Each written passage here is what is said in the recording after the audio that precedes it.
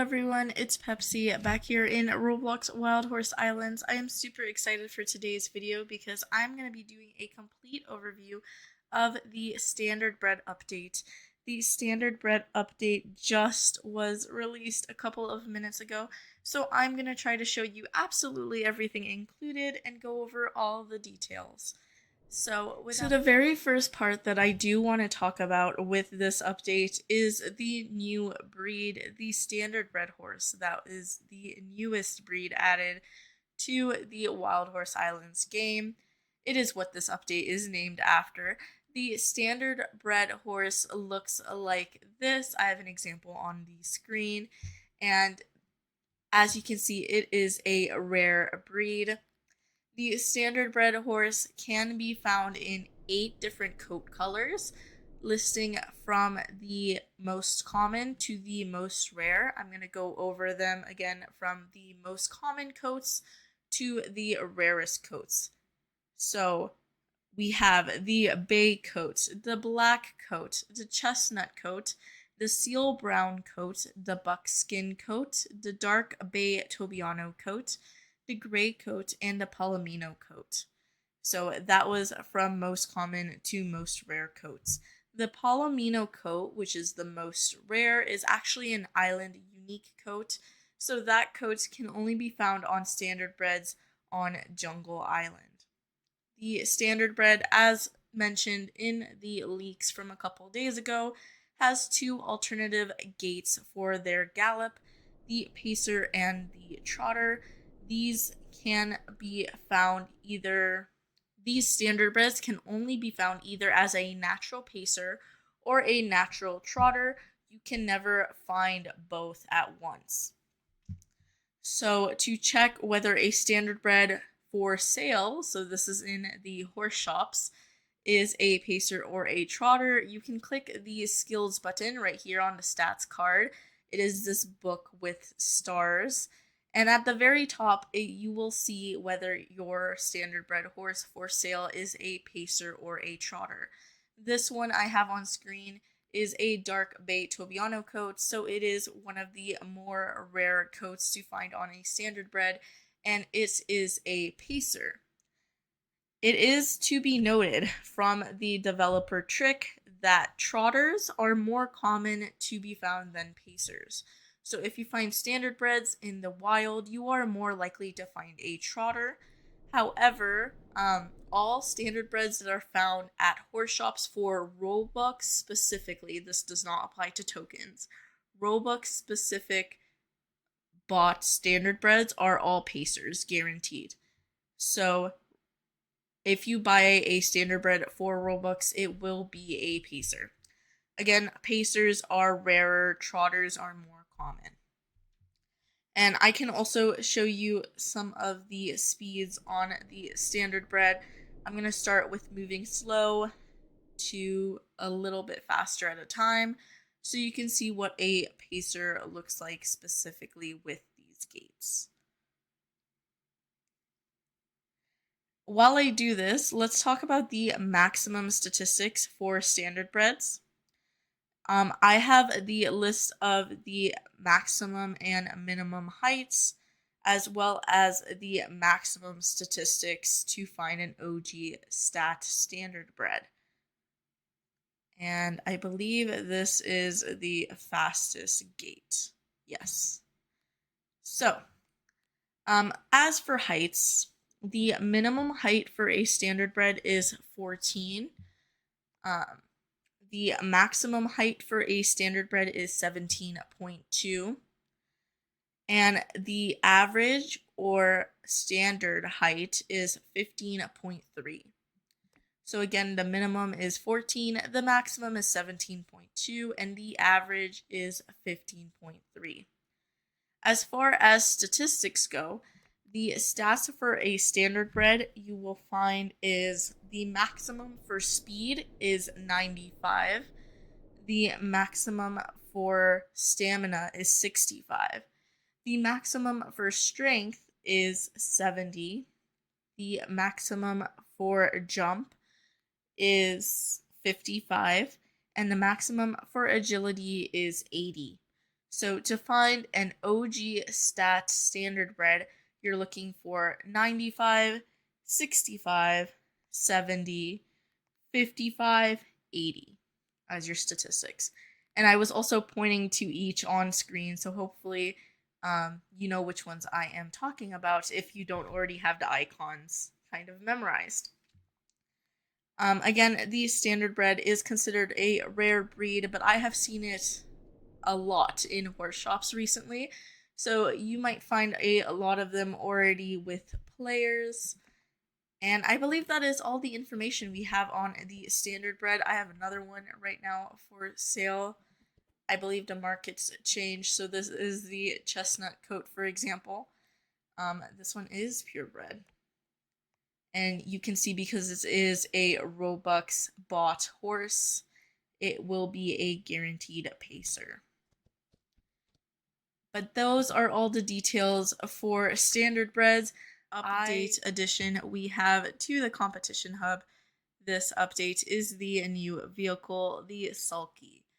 The Sulky is an addition to celebrate the release of the StandardBred breed. We have the Sulky available for purchase at the competition hub for competition tokens. So if you go to the left of the competition hub building, you can see the Sulky is right over here on a stand for purchase. It is the only vehicle in the competition hub. Like the horses, the Sulky vehicle will refresh every time that the horses refresh. So that is 6 a.m. in game. And there are different color variations that you can find Sulkies in. For example, this one has the primary as the light blue gingham pattern and the secondary as the peach color. So this is what a Sulky looks like in game. And this one in particular is 1,040 competition tokens. It is a competition hub unique, so you will only find these for purchase at this vehicle stand in the competition hub. They will not be found at any other vehicle shops. And it is not currently labeled on the map, but it is right across from the fountain over here if you are looking at the competition hub map. I also wanted to show what a Sulky does look like on a horse, so I actually just purchased this one because I did like the color combination with the berries matching this particular racehorse that I have named Strawberry Shortcake. So if I go under vehicles and I wear the Sulky, I do require a harness like any other pull vehicle. So let me switch over to a driving harness. This isn't a particularly good harness. This is just the one I have been using. Oh, that's not supposed to happen. Oh no. I dismounted the horse, so hopefully I can go back and remount. Oh, there we go. It looks like there's a lot of glitching with this vehicle currently. So if I get to show it correctly, I will definitely try to show how the vehicle is supposed to look like. Yes, this is how the vehicle is supposed to look like. I do apologize for that. So this is what a Sulky looks like on a horse. This is with a thoroughbred in particular. And I do not believe there is any additional perks to using a Sulky in the competition hub. Again, you can only trot. There is no additional passengers on this vehicle. It is more of a appearance vehicle than anything, I believe. Yes, this is what a Sulky looks like. Something else I do want to note that has been changed with this update is the addition of sabotage and non-sabotage races. As you can see with this particular voting, we now have new icons with the sabotage race versus the non-sabotage race. When voting on races at the competition hub, you have to look at the checkered flag and the exclamation point icon, which represents a sabotage race. So, as you can see, all three of those in this voting period were sabotage races. If there is no exclamation point checkered flag, then it will be a non sabotage race. The next addition we have in this update for the competition hub is the stadium competitions being added. There are three new competitions, the stadium competitions. These include the stadium dirt track, the stadium turf track, and the stadium steeplechase. So I will show you the stadium dirt track first in this upcoming race, and then I will show you the other race maps as well. So the stadium dirt track is a 2-lap race. I'm currently in a private server showcasing this, so there are no other players included. And this is what the race map looks like. It is a lap track that is fully around the stadium. There is 2 laps as I mentioned, and this is a dirt track. So I will be doing both laps to show you how this race looks like. I am currently on an OG purebred thoroughbred, so this horse does have 100+5 speed.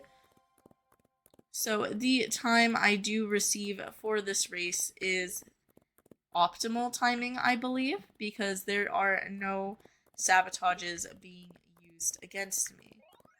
It also does depend on the buffs you get. You might have a higher speed time or a lower speed time, again, depending on the sabotages as well as the amount of speed power-ups you receive. So it took me about 1 minute to finish 1 lap of the race. Like most competition hub races, I believe it should take around 2 minutes for me to complete this race.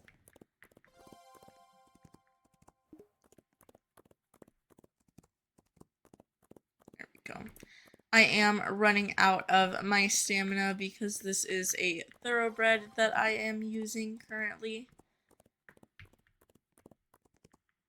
And I have not been picking up the stamina orbs, unfortunately, since this is just an example.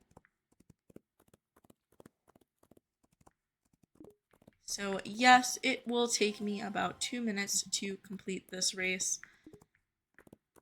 And the start and the finish is right over here where these 2 poles are located. So the next new competition map I will be showing is the stadium turf track. The stadium turf track is another 2-lap race.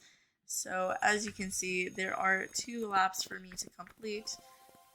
This is very similar to the stadium dirt track, but the map does have the grass instead. I believe that is the dirt track right over there. So this one is a little bit smaller since it's on the inner edge of the map route. Again, a 2-lap race.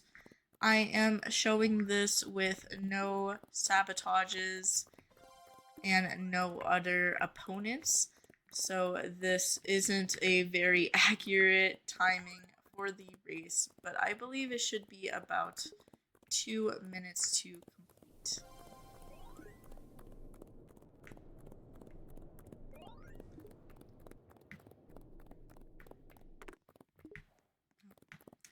And I do not think there are many shortcuts on these races, both with the dirt track and the turf track at least, since they are just laps around and there is not really a good way to have shortcuts.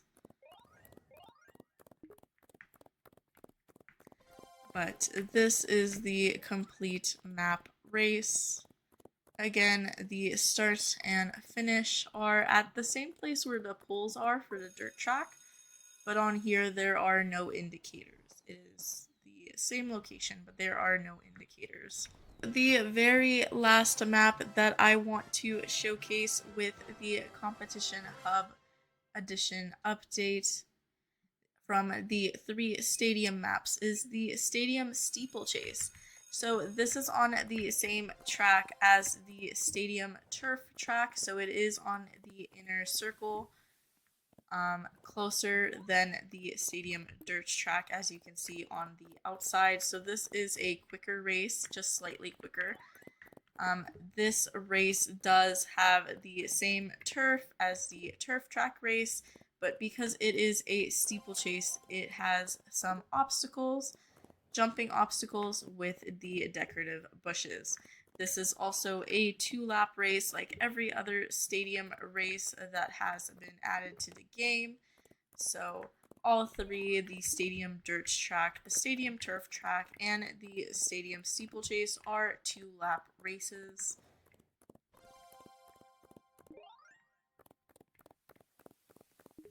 Please keep in mind that the stadium competitions, all 3 of them, can be sabotage or non-sabotage items, races, like any other race map that was already in the game.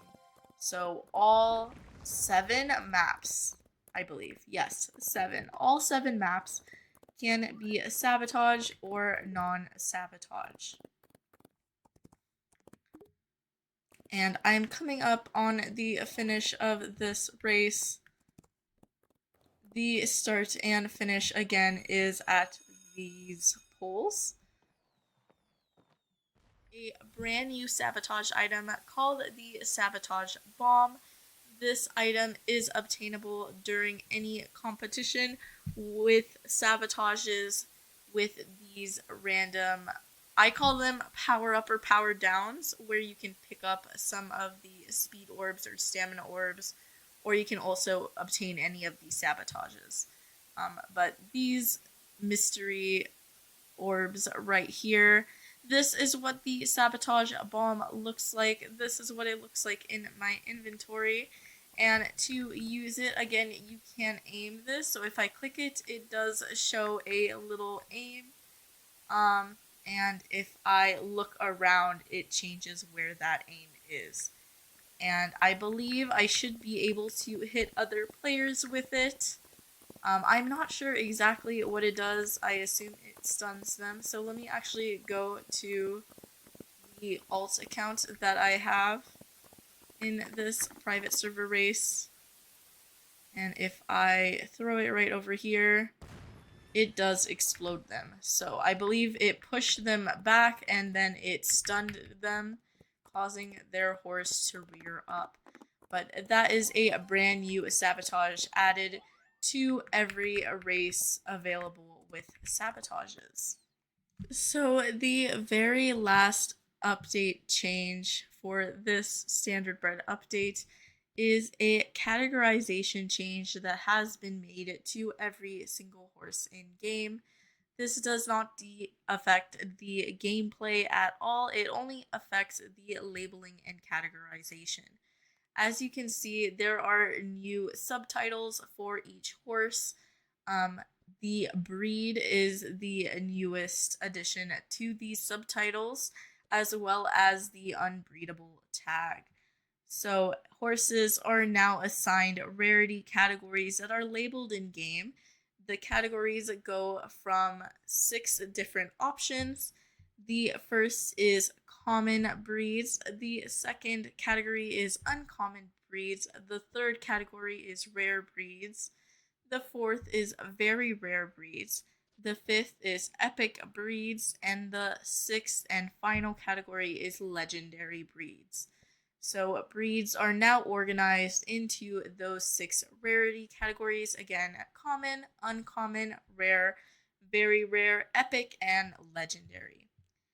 As you can see with this example for the IUH, this is an epic breed because it is an Arabian. You can also see the label for island unique hair and the label for unbreedable, meaning if I can't breed this hair on any other horse. This does affect your whole inventory as well as the storage, but it does not affect gameplay at all. So if I look in my inventory, you will see a lot of the dots are missing for the labeling. There is no longer dots on any events, island unique coats. There are no longer dots on legacy coats, and there's no longer dots on breeding uniques or co-breeding unique coats either. The only dots I do see currently are very rare breeds, and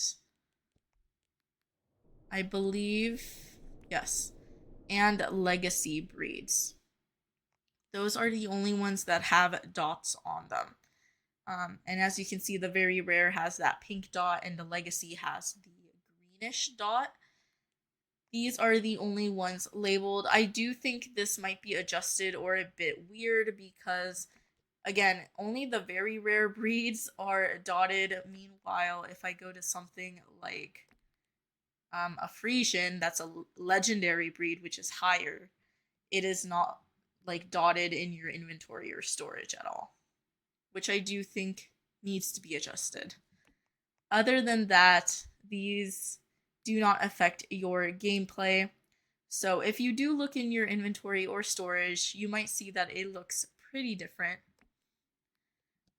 They look like this now, and this does apply to horse shops as well.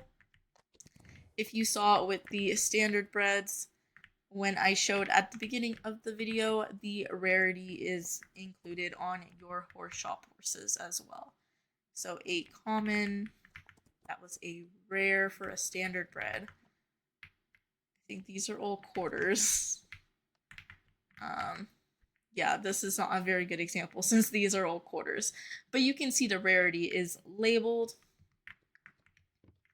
Again, I am not sure about epic or legendary breeds not having a dot in your inventory. So again, that might be changed.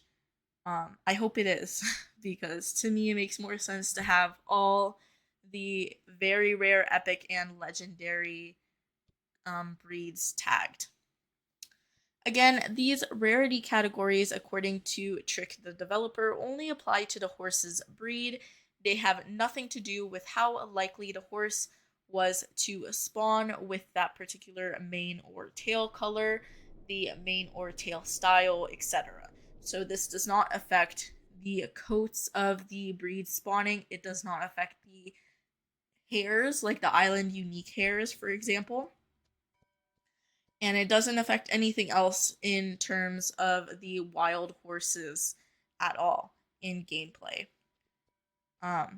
The only thing that this does have an impact on is the labeling and categorization, like I mentioned. This is a categorization change that Trick the developer says will help them ensure that all horses can be found in the wild without becoming too rare, because they plan on adding new breeds to the game in the future. So, as you guys know, if you've seen my previous videos, or if you know a little bit about the game, horses were only subcategorized by developers into low tier breeds, mid tier breeds, and high tier breeds. But now, with this new categorization, there are those 6 categories for horse breeds, and this helps them put less horses in each subcategory. So there are only a couple horses now in common, uncommon, rare, very rare, epic, and legendary. This way, when they add new breeds, no breed will become too rare to be found in general in the wild. Um, but yes, so that is the last addition with this update that has been made. Um, I guess it's not really an addition, it's more of a change. But that is the last. So that is all the new additions and changes this standard bread update that was just released today, Friday, January 24th. If you have any questions, leave them down below. If you have an opinion, whether you like one of these changes or additions, or you dislike one of these changes, also let me know in the comments. I try to reply to everyone that I am able to. And if you do like these more edited videos of update recaps with everything kind of showed and edited and spliced together, do let me know down below. I think it is really cool to be able to show everything in one video. Um, but I do know some of you guys do prefer the longer videos where I'm just talking. Either way, let me know. And I will see you next time. Bye.